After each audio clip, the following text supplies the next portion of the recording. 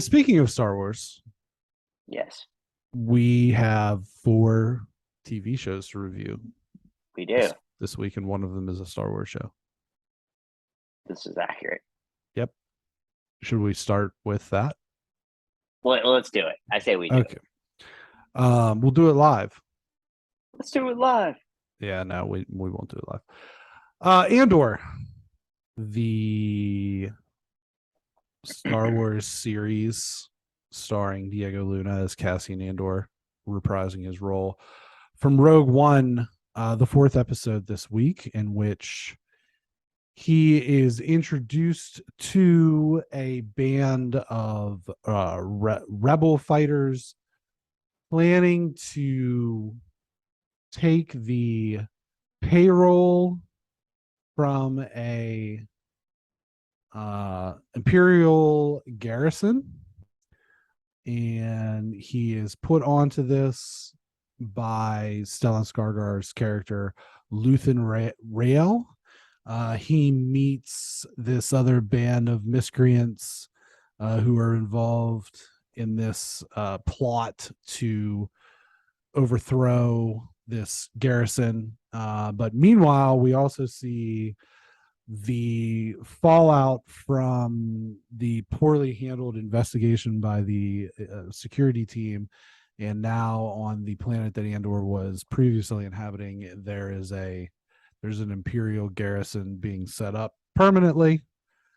And we also meet a young Mon Mothma, who is in her own way trying to fight back against the Empire. She has some shady dealings with Mr. Skarsgård's character, who wears a purple tunic and a wig for reasons unbeknownst to me. The dress up thing was one of my favorite. And he does a little yeah, which I loved. He's like pretending with the wine or whatever. Yeah, so good. It was kind of a slow episode. It was very talky. Yeah. But after getting 3 episodes in a day, and it felt like a movie, right? Yeah. In the first day, and then we get this. I don't want to say it was a letdown, but this episode was kind of slow, and there was like no action. This was all plot development. Yeah, this is all plot driven. Yeah. But what did you think about this?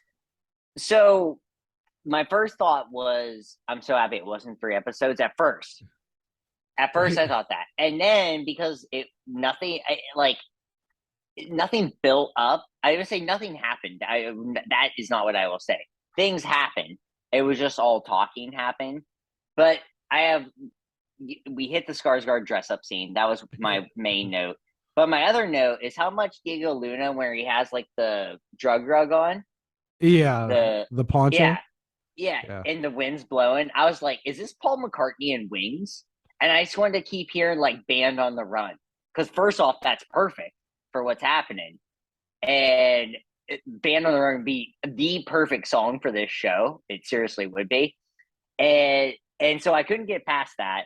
But my other thing was just like, I don't know why they did the 3 episode thing to start. I just don't know, because this show. It has to be a timing thing. Like they had to, you know what I mean? I guess, but like the show is probably done in like May. You know, so it's one of those things where like, what? There was something weird. I don't know, but I'm sure it was the idea of like the build up and making it feel like a little bit of a movie. But I think the show would have been better served doing like 2 and 2 and then 1 the rest of the way. I feel like we would have liked this episode more if it was part of the 3rd episode. It wouldn't have felt as much of a letdown as if we went from a big, story arc to like story building. But this did, to me, feel like a letdown. I felt like, yes, there was story building and we kind of know what's happening, but it didn't make me as excited as leaving the first 3 episodes. So, well, I still think it's good. I will say the talkity talk of this was very good and all that stuff was cool. I felt like it left us wanting so much more. which I'm sure they'll deliver on. But I am confident in this show. It's not like I'm not. It was just a weird way. It was to me. It was a weird way to kind of start things off. Well, I think you have to keep it into perspective that it's not starting things off. It's the 4th episode. But I mean, starting things off for one episode though is, I think, important. I think that's the thing is now we've had the 3 episodes, which, like you said, is a movie, and now felt like a movie, and now we're kind of starting this 1 week, one day, one show a week kind of thing, and to me, that is kind of starting anew, and so in a way, because now we're only expecting that one episode, and we didn't get that all that stuff we got from those first 3 episodes, which I just watched back to back to back. And so yeah, same. I did that right, as well. and so there's a different feeling coming out of that, and it's like even if one of those shows was talkity, you still have the other 2 to bounce off of. This show was just talkity talk, and now I still am excited about this show, but this show kind of just, okay, it happened, and I just want to get to episode 5 now. That's more where I'm I think I had a different perspective because this show is supposed to depict the birth of the rebellion, and we kind of see how it's not cohesive yet. You have Mon Mothma on Coruscant. She's a senator. She's trying to do some back alley dealing, things like that. Skarsgård's character Luthen is like kind of the go-between between her and the actual like boots on the ground people. It seems he's got this like weird antiquity shop as a front for how he's kind of, so you can start to see, and I think that that's what they were drawing out of this, is that you're starting to see like the blueprints of how the empire, or not the empire, the rebellion comes together. And I also felt like it showed a little bit with the group that he was joining, that Andor was joining, that they don't trust him. And I think this was alluded to in Rogue One, but the rebellion in its beginnings is such a fragile thing, and they talk about hope, like in the opening scene with Luthen and Cassian on the ship. They talk about hope a lot, and I think that was the profound, or the not profound, but the one constant through Rogue One into A New Hope. I mean, it's A New Hope, and I feel like they're doing a good job of showing like just how fragile the beginnings of the rebellion are. But it also led me down a thought path of one of the things that I really enjoy about the original trilogy is that it is very much more so than either the sequel or the prequel trilogy. There's actually an underlying theme of from a certain perspective. And that's something that Obi-Wan brings up as a Force ghost to Luke in Return of the Jedi. Luke saying, you told me Darth Vader killed my father. And Ben says, well, from a certain point of view, that is true. Right. He turned and all this. And it got me thinking, this episode got me thinking a lot about that, just because there's examples of like the Empire doing bad things. I mean, they blew up a planet. They did do that. They've done some other things that aren't so great. But really, a lot of those things happen outside of the Skywalker saga movies, right? And other than them blowing up Alderaan, we're just kind of told, hey, these guys are bad. Just trust us, right? But from a certain point of view, and you can kind of see this a little bit with this show, and I think that the character really portrayed this well in the movie, Andor in the movie Rogue One. I think that from a certain point of view, you have to look at these rebels like these guys are terrorists. Yeah. You know what I mean? Right. Like there's an established government, and these guys are, whether it's from, small outposts, and they're planning on stealing. I just think that, like, it's so funny to me that they're just like, we're gonna steal the payroll for the Yeah. whole system. It's like no, they're not. It's so small scale, right? It's not, we're gonna steal the plans for a star destroyer, the Death Star. It's like, yeah, we're gonna steal the payroll. And I'm like, what Yeah. payroll? Is it actual money? Is it just like documents? Like, what are we doing? This honestly, Brandon, that I'm glad you brought it. It made me think of the Joker.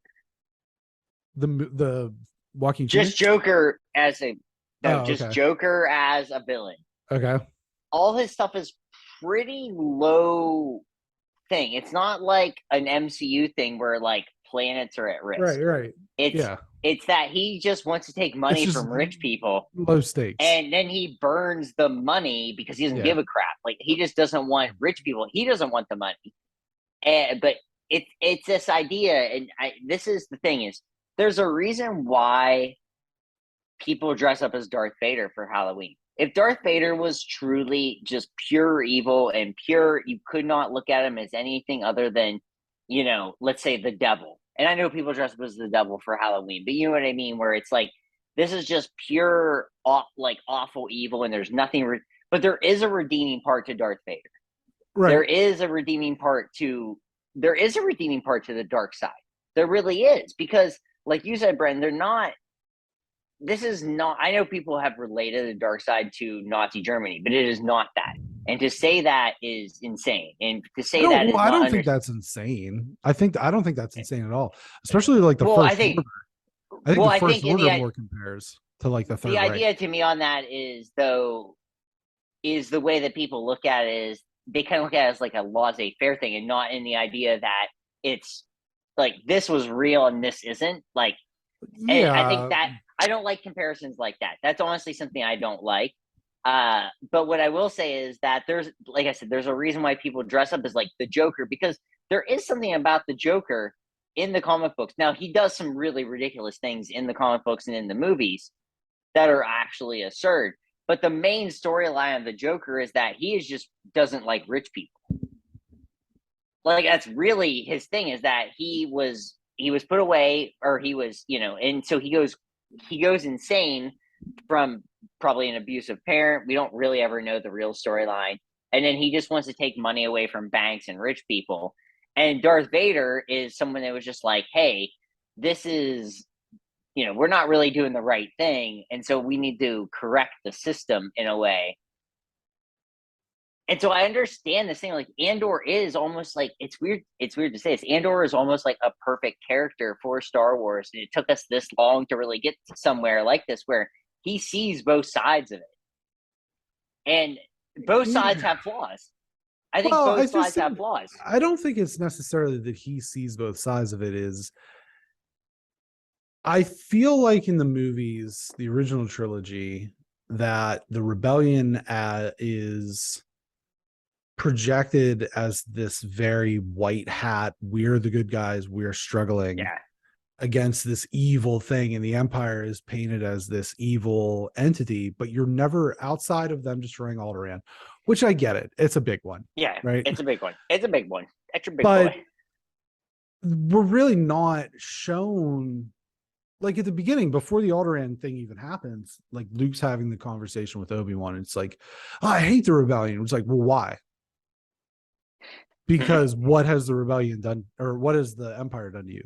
Well, that's what he Right. says. Sorry, I hate the Empire. I hate Empire, the yeah. Empire.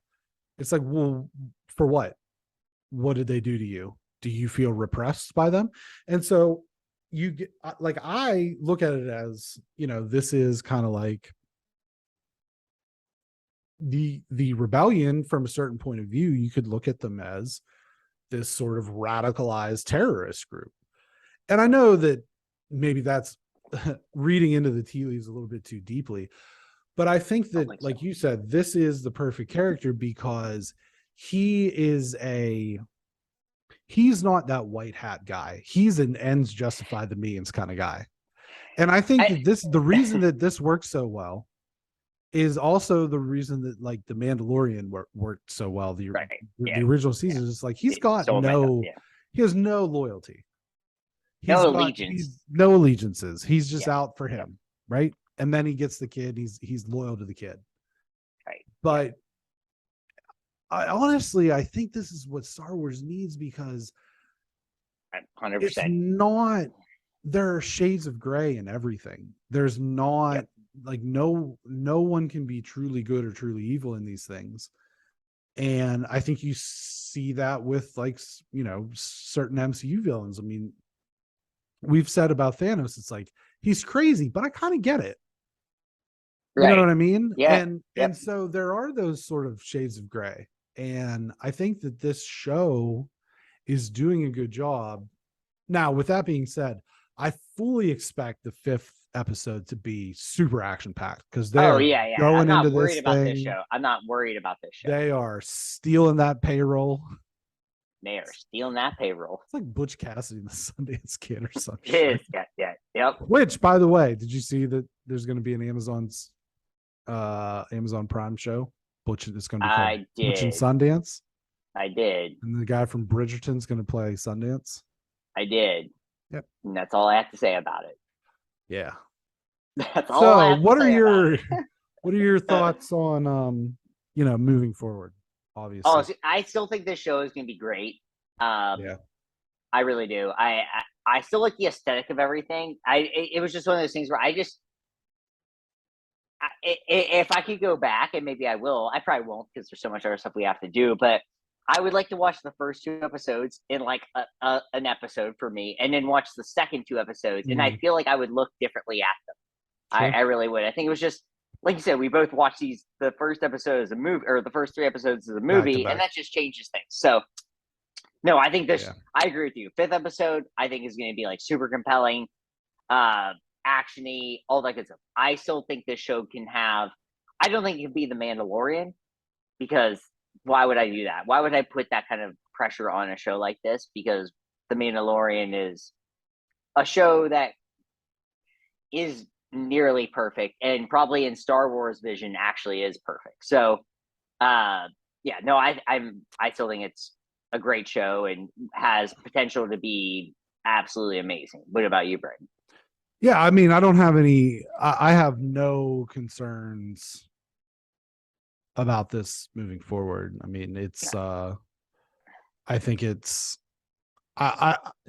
this was probably of all the ones that we knew were coming, this was the one that I was the most excited about. I think I can say for sure that I was more excited about this than I am Mandalorian season 3, because like season 2 got me a little bit sketched out with like all the different cameos and things, and now no cameos in this thing. None.